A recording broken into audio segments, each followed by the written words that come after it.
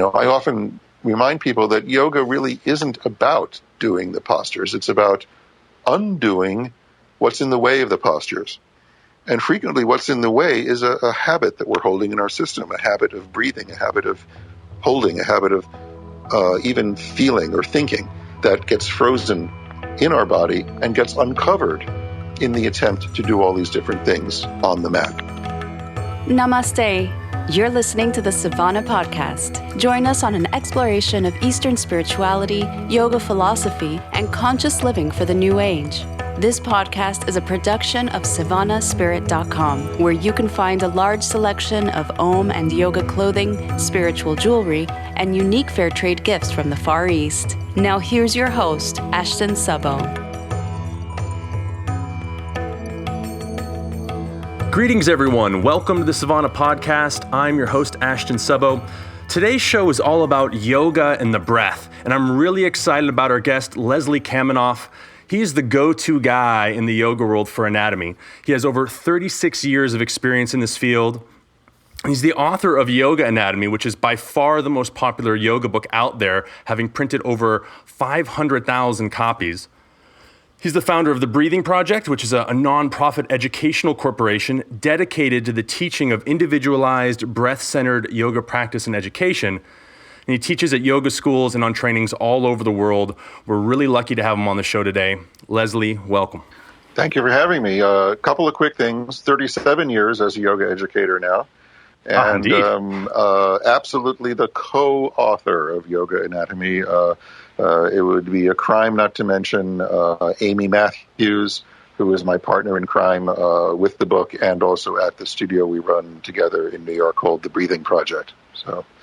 Well, absolutely. Well, thank you for that too. I kind of joke. I know that she's such a huge part of what you do now. I get a lot of I've been getting your guys' newsletters for a long time, but I also have my original first edition Yoga Anatomy book, which she's mentioned that as well. But it's nice having that. I mean, you've been a big part of the yoga community and her as well for a long time, so we really appreciate that. The reason why, if you have the first edition, there'd be confusion is I tried to get her name on the cover as the co-author, but she came onto the project a bit late after all of the, Library of Congress copyright stuff had been filed. So the best we can get was the inside title page mention of her as the asana analyst. But she's been the co-author of the book right from the beginning. So we corrected that in the second edition. She is on the cover where she belongs. Oh, perfect. So in researching for our chat today, and I got to find out a lot of things about you that I didn't know before, things that you were a Swami at 21 for the Shivananda organization and things like that. Got to quite a colorful background. I'm curious, though, specifically, how did you get involved with anatomy?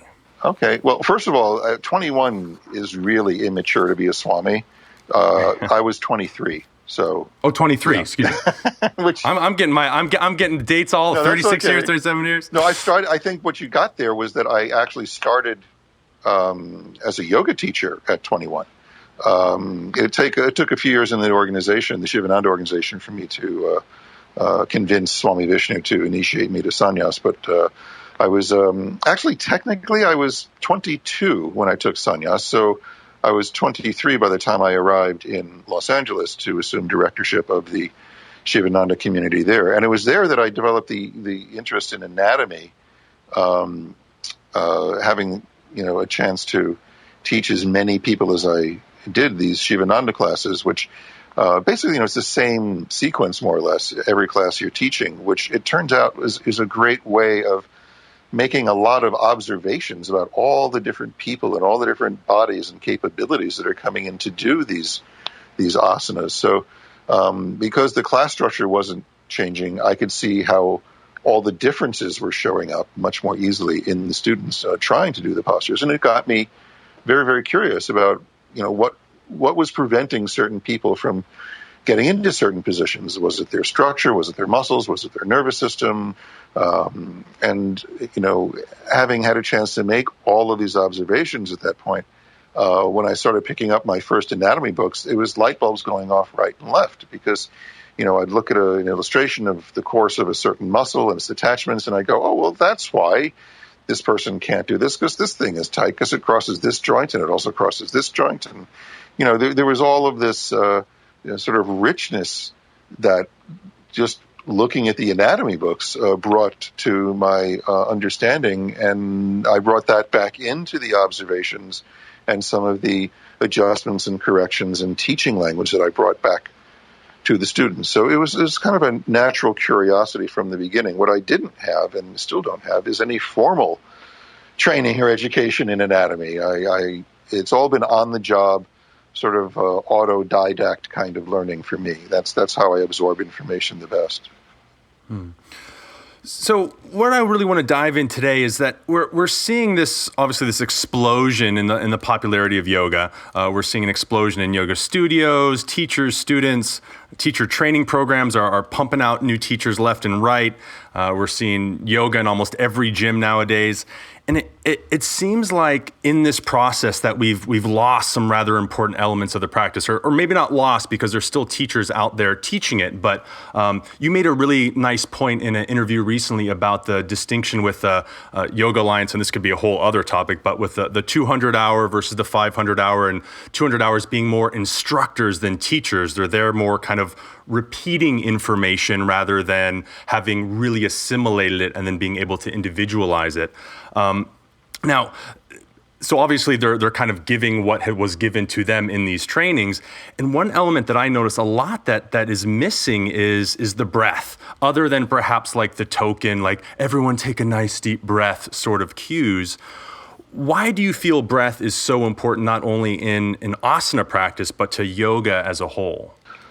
Well, to quote my teacher, TKV Desikachar, if what you're doing in your practice doesn't include the breath, then that practice really isn't yoga.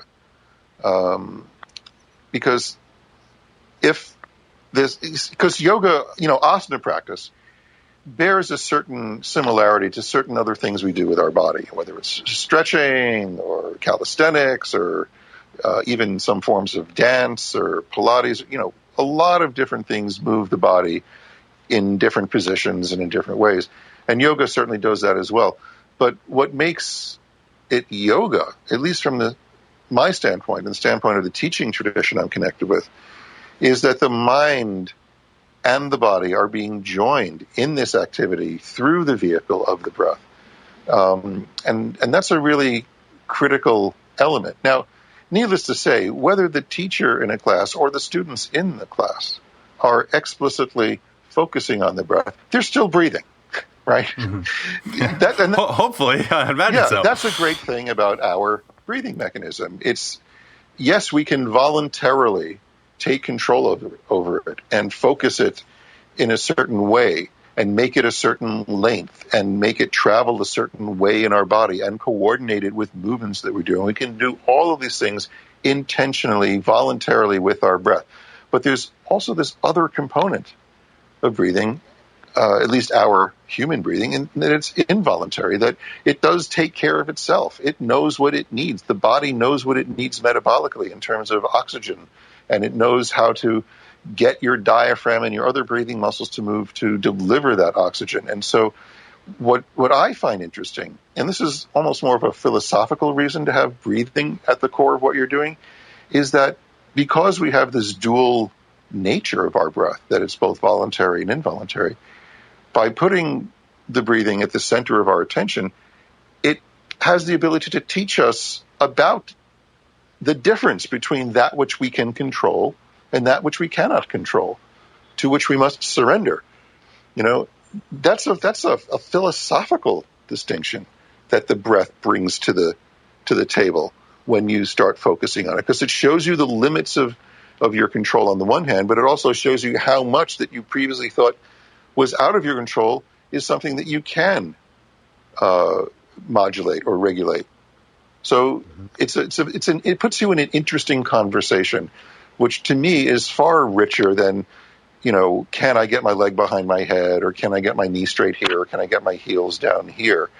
I often remind people that yoga really isn't about doing the postures. It's about undoing what's in the way of the postures. And frequently what's in the way is a habit that we're holding in our system, a habit of breathing, a habit of holding, a habit of even feeling or thinking that gets frozen in our body and gets uncovered in the attempt to do all these different things on the mat. Now, a lot of habits, kind of as you say, are as well as things like flexibility in our range of motion, are in many senses governed by the nervous system. And it's something that we're kind of is coming into the field of yoga even more as Western science continues to blend in, where it's not just this mechanical yank on either end of a tissue and it's going to get more flexible, but it's a more integrated system with the nervous system. How does the breath influence the nervous system? In a variety of ways. You alluded to Jules Mitchell's work there, which I assume you had in the back of your mind when you were talking about yanking on either end of a muscle. So even stretching isn't what we thought it was. I mean, we've been telling people this for years. I certainly have this experience in my own life, having been invited into the operating room to see a client of mine getting a hip surgery. This is an elderly man who had very limited range of motion in the hip, which is why they were going in there to scope it. And they put him under, and all of a sudden the surgeon picks up the guy's leg and it's just swinging it around. And I was like, wait a minute, his leg doesn't do that. And he says, well, under a general anesthetic, it does. And that shows you, what felt like such a solidly physical restriction to me when I was working on this person's leg was really the nervous system holding on, And so to go to your question of how breathing affects the nervous system, in a way, it's a hard question to answer because you would have to separate the activity of breath from what the nervous system does. And this points to a bigger issue we have in anatomy and just yoga in general, is that in order to have any kind of conversation or even develop concepts about the body, you have to divide it. You have to say you have your body, you have your mind, you have your breath, and they're all coming into relationship. So we often talk about these relationships between the breath and the nervous system, for example. But in the most real sense that I can possibly express, it's not like your mind and your body have a relationship. It's that your mind is your body is your mind. These are all parts of the same singular interrelated entity. And in order to practice, it's necessary to think of different aspects or dimensions or systems having a relationship with each other. I'm not saying we shouldn't do it.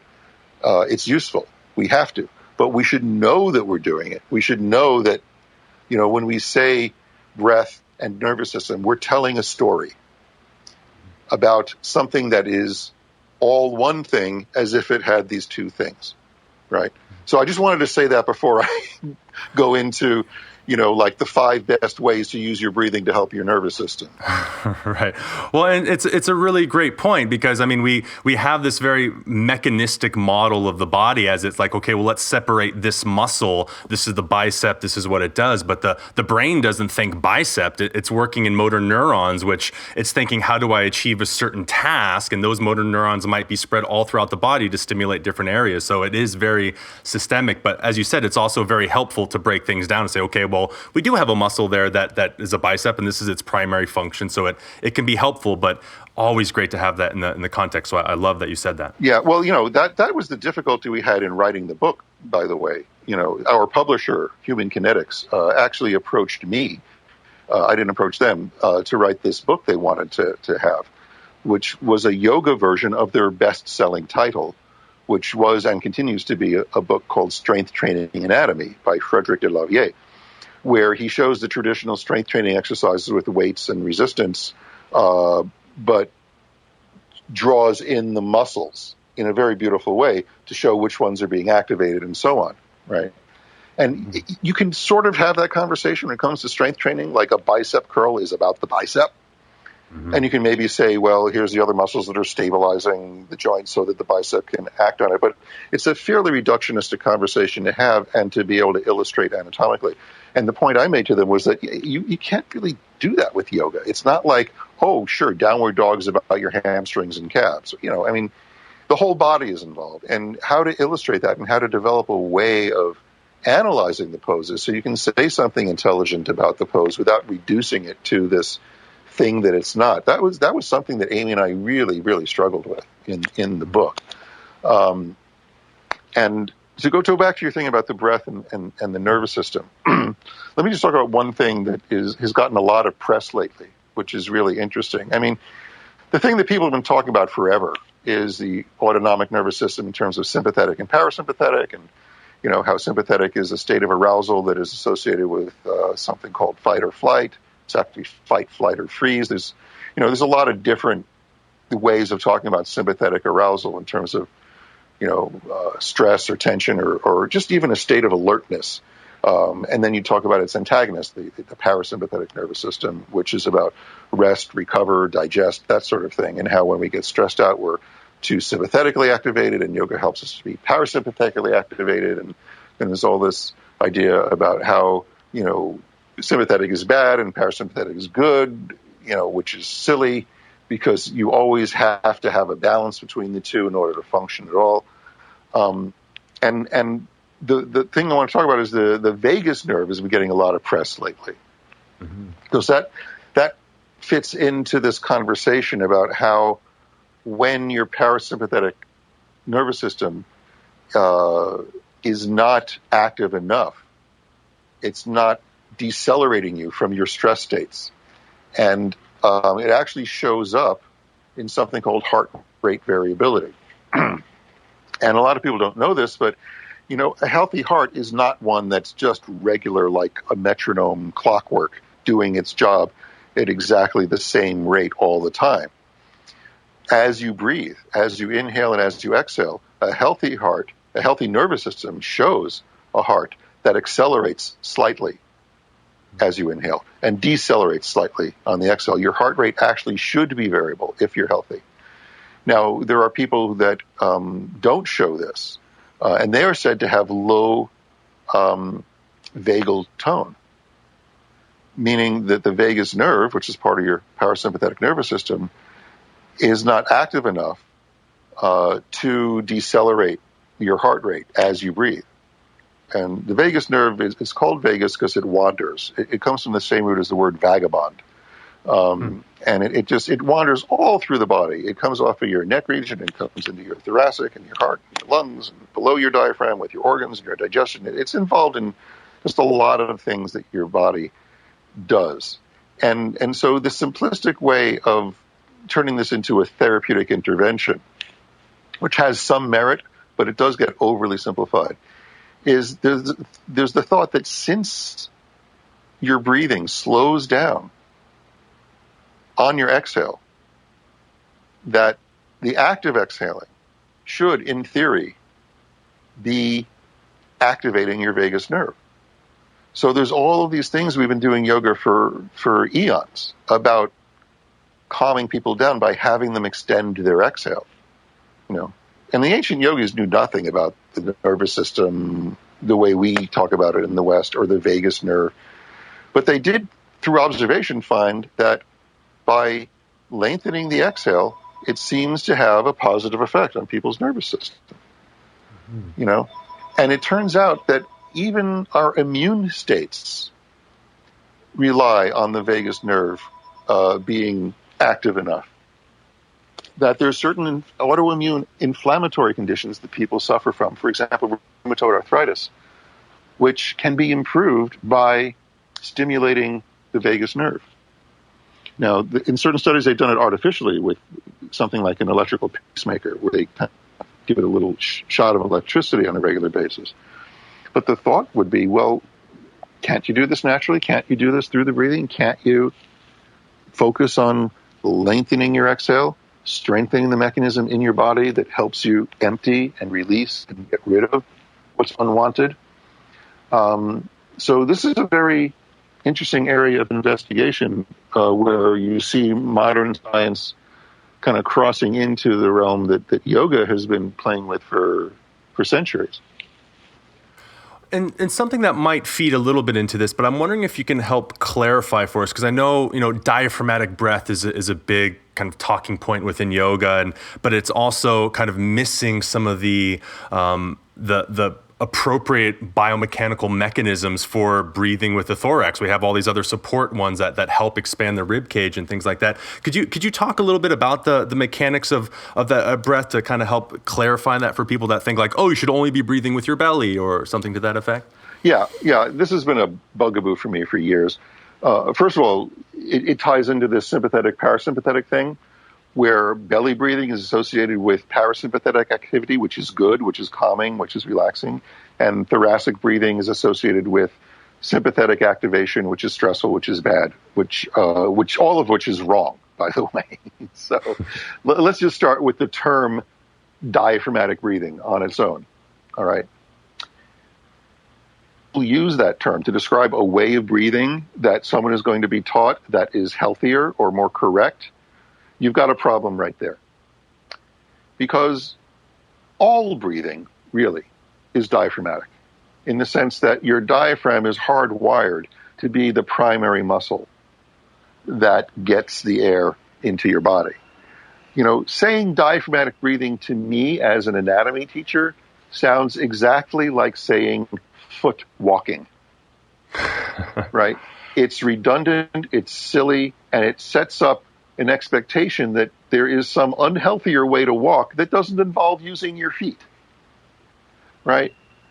Because saying the term diaphragmatic breathing sets up the expectation that there's some other way that people have been breathing that doesn't involve the use of the diaphragm, which is really not true. The only people who breathe without benefit of their diaphragm getting involved are people that have paralyzed diaphragms. So, and first of all, you're not going to teach them diaphragmatic breathing. They can't. And number two, you're not going to say to them, oh, you're not breathing with your diaphragm, because they already know. So when you tell a non-paralyzed person, oh, you're not using your diaphragm, you're lying to them. What you're really saying is your diaphragm is not coordinating very well with all the other muscles in your body that can get involved in breathing. There's static, there's discoordination, right? So that's the fundamental thing that I want people to know, that diaphragmatic breathing is not in opposition to, say, chest breathing, right? Because the diaphragm actually moves your rib cage. It's capable of moving your rib cage just as much as it's capable of moving your belly. So to say belly breathing is diaphragmatic breathing and chest breathing is something else is just anatomically wrong. And this is not well understood by a lot of people who teach breathing. They have this false dichotomy between a diaphragmatic belly good breathing and sort of non-diaphragmatic chest bad breathing, right? I've seen many people who are involved in stressful, tense breathing patterns that involve moving their belly. I've also seen people that are having very healthy, relaxed, effective, efficient chest breaths, right? So it's not the location of the movement, of the shape change, as I call it, that determines the value or the health of the breathing pattern. It's, is it being done in a relaxed way? Is it habitual? Is it something you can get out of, or is it something you're stuck in? There's all of these questions to ask. Now, would you say that's a mechanism of coordination between all of these things, or always what it is? That's always because the thing to remember is that your breathing muscles are your postural muscles. It's not like you have one set of muscles in your body that knows that they're there to help you breathe, and a whole other that are there to help you deal with gravity. They're the same muscles. Your bicep doesn't even know that it's a bicep, right? Exactly. It doesn't self-identify as an arm muscle. We have this concept arm and bicep about our bodies. It's part of a continuum that gets involved in everything your body does, whether you know it or not. And the breathing is the same way. So what I like to say is that the diaphragm is the primary muscle of three-dimensional shape change in the body, shape change in the cavities, three-dimensional shape change in the cavities. Which I also think is worth mentioning to people, because I think a lot of people don't understand that your breath is actually a result of your capacity to create space, because the lungs are vacuum. So it's like we're dealing with pressures, not like the capacity to suck in more air necessarily. It's about creating space. Right. We don't suck in air. The atmosphere pushes it in. Right. What we do is we make the space. And I would say even the pressure conversation is subordinate to the shape change conversation.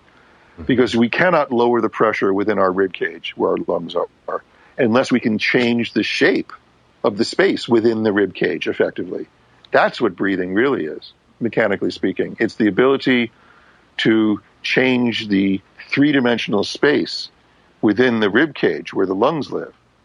That's what creates the pressure change, and that's how the air moves in. So it's shape change. It's shape leading to volume changes, which lead to the air moving, right? Which would be different than, say, for example, if you're giving someone artificial respiration and blowing into the mouth. That's a pressure change leading to a shape change, because you'll see their chest rise, right? Mm-hmm. So the causal chain and the order in which things happen is an important detail to understand. So effective breathing is effective shape change. Ineffective breathing is ineffective shape change, but that's synonymous with crummy posture. So that's why asana and breath are so interrelated. Yeah, and it's like, as you said earlier, the comment about asana of like getting the things that are in the way of the posture or shape. Like, it's not about like achieving some state. It's about getting rid of the things that are in the way of it. In the same way with breath, if we're creating more tension with our breath, then we're likely limiting our capacity to create greater or space in the body, which then will limit the breath. Exactly. And the way I would say that is that sort of the breath equivalent of that statement about, yoga not being about doing the asana, but undoing what's in the way of the asana, is learning a new way to breathe forces us to unlearn our old way of breathing. That's where the benefit is. It's not in mastering the new technique where you get the benefit. It's in the freedom you had to create in your system so that you can do the technique. That's where you gained the benefit. So that's a really important point, because people sometimes get confused when I talk about breath, because on the one hand, they're hearing me say there's no right way to breathe, right? I don't say that there's a proper or a correct way to breathe, because there isn't. There's freedom. What we're going for isn't getting our breath right, it's getting it free, meaning to have our system free enough so it can respond to the infinite number of ways in which we need to use our bodies in our lives and have adequate oxygen available for that activity. That's good. That's healthy, free breathing. Right. But saying that there's a right way to do that only limits people into patterns they've been taught to do, and it creates less freedom. If someone teaches you this is the proper, correct diaphragmatic way to breathe and it involves bulging your belly every time you inhale, you're going to automatize that behavior, and it's going to make you less posturally effective, and it's going to make you less free in the long run, right?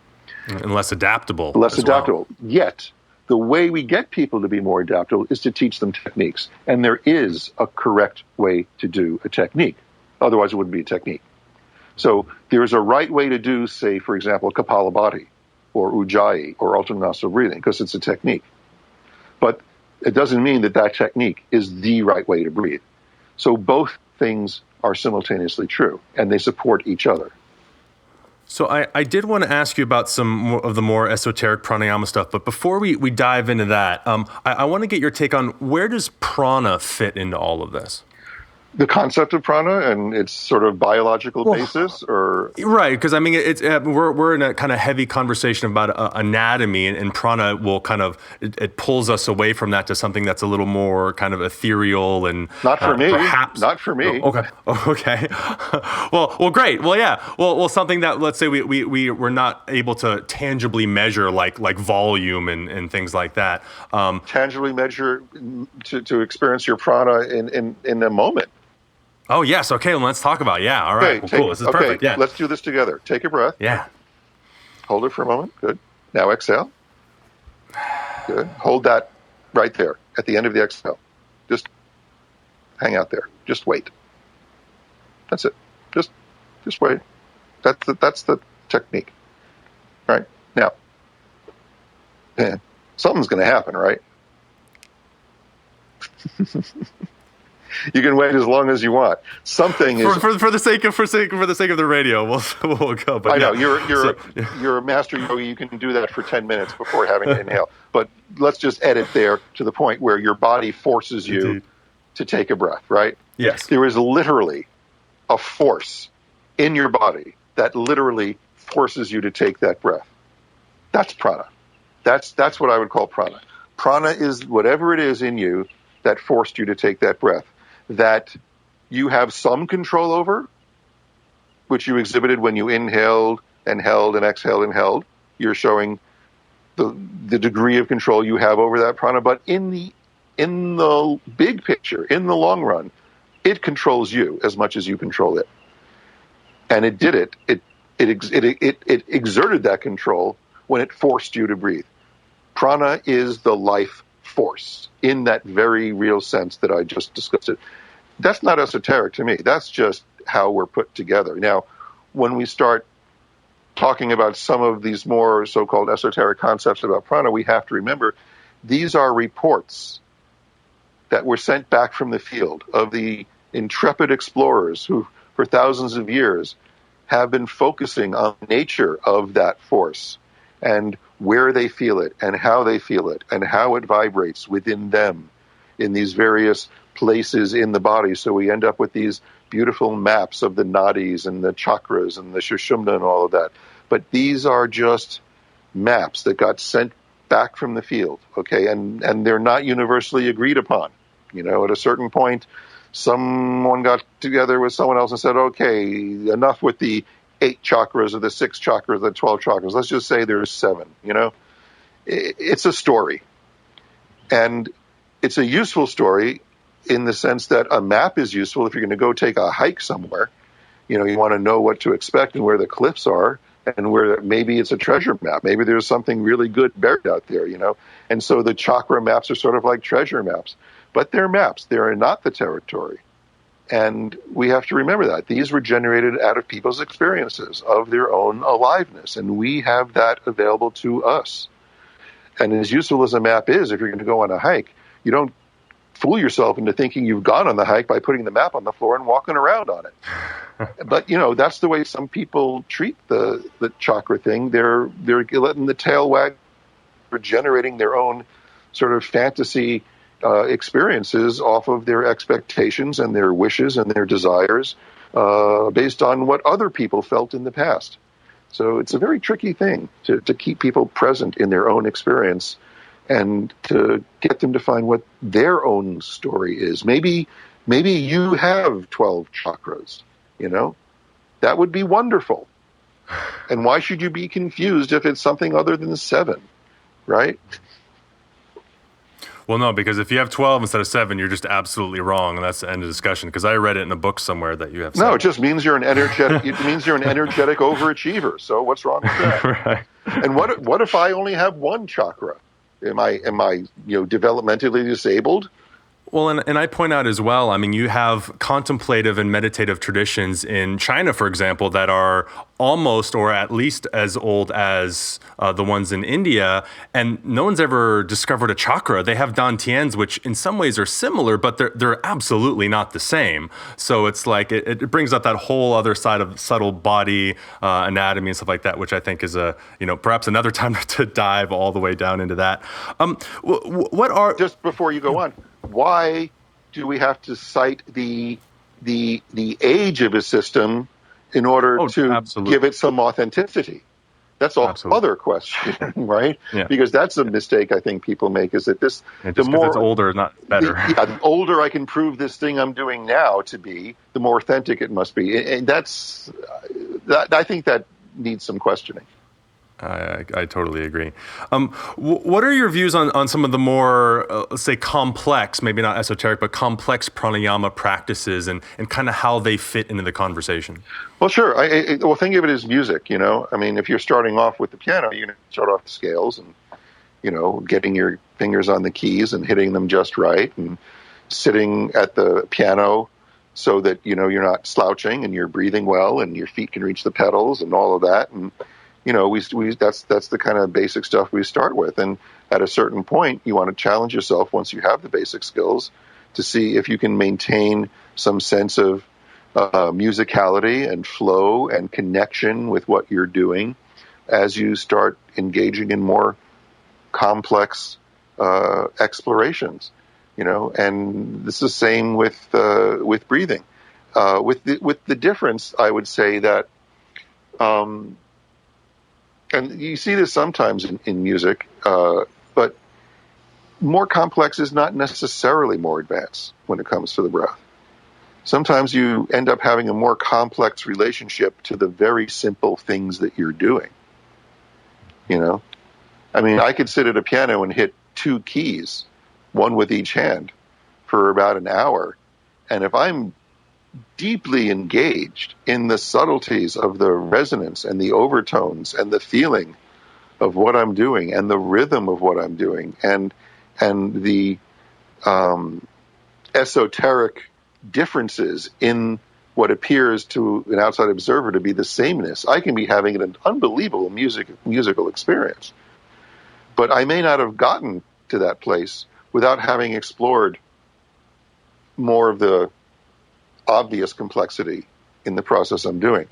So I think pranayama and breath is that way. We can have all sorts of relationships with our body and with our breath. And yes, can I coach somebody in the subtlety of how they're using the edge of their finger on exactly the right part of their nostril when they're doing alternate nostril breathing? And can I coach them into different ratios and see, what their experience is exploring all those things?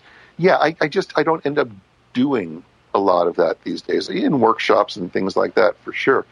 But I'm interested in more and more in the depth of relationship you can have to things that are simple, and I think that often gets overlooked because a lot of people do a lot of complex pranayama without really preparing themselves well, and they end up with problems. You can really screw yourself up with it. I've seen that happen quite a bit also. So Leslie, this conversation has been awesome. I really, I could stay here probably all day just picking your mind about things. I've really enjoyed all of your insights and your coming on and talk to us about all of this stuff. Where can people find out more about you, about your book? I know you have online trainings. What's the best way to get a hold of you? All of that gets linked to my personal website, which is yogaanatomy.org, and that's yoga anatomy spelled fully with both A's in the middle. And from there, you can link to our studio in New York, the Breathing Project, where we're about to start our final round of courses before we close the studio next year. That's the courses Amy and I teach. And from there, you can also link to the online courses, which live at yogaanatomy.net. And one final thing I'd like to mention, because we've just confirmed this in the last few days, is that we're going to be sponsoring a symposium here in New York City next April, the first weekend of April, called Beyond Anatomy, a somatic symposium. And it'll feature myself and Amy Matthews and the wonderful Peter Blackaby, who we're flying in from London, who wrote a wonderful book called Intelligent Yoga. And Brooke Thomas will be moderating the whole thing. So it's going to be a really interesting gathering that we hope to get a lot of people to show up for. So that's what's going on. Awesome. Well, thank you so much, Leslie, for being on the show today. Really, really appreciate you coming to talk with us. I'm sure that everyone has learned a whole lot from listening today. I hope you all that have been listening have enjoyed, that you all have a very present moment. Namaste. Hey everybody, thanks for listening to the show today. Please go over to iTunes, write a review, let us know what you think. It helps us in creating new content for all of you. It also helps new listeners get a sense of what to expect from the show. We really appreciate your feedback. Thanks again for listening. Namaste. You've been listening to the Savannah Podcast. To find out more about Savannah, go to savannahspirit.com or follow Savannah on Facebook at facebook.com/Savannah Spirit. For daily inspiration, check out our blog at savannaeast.com. Be sure to join us next week for a new episode, and thank you for listening to the Savannah Podcast.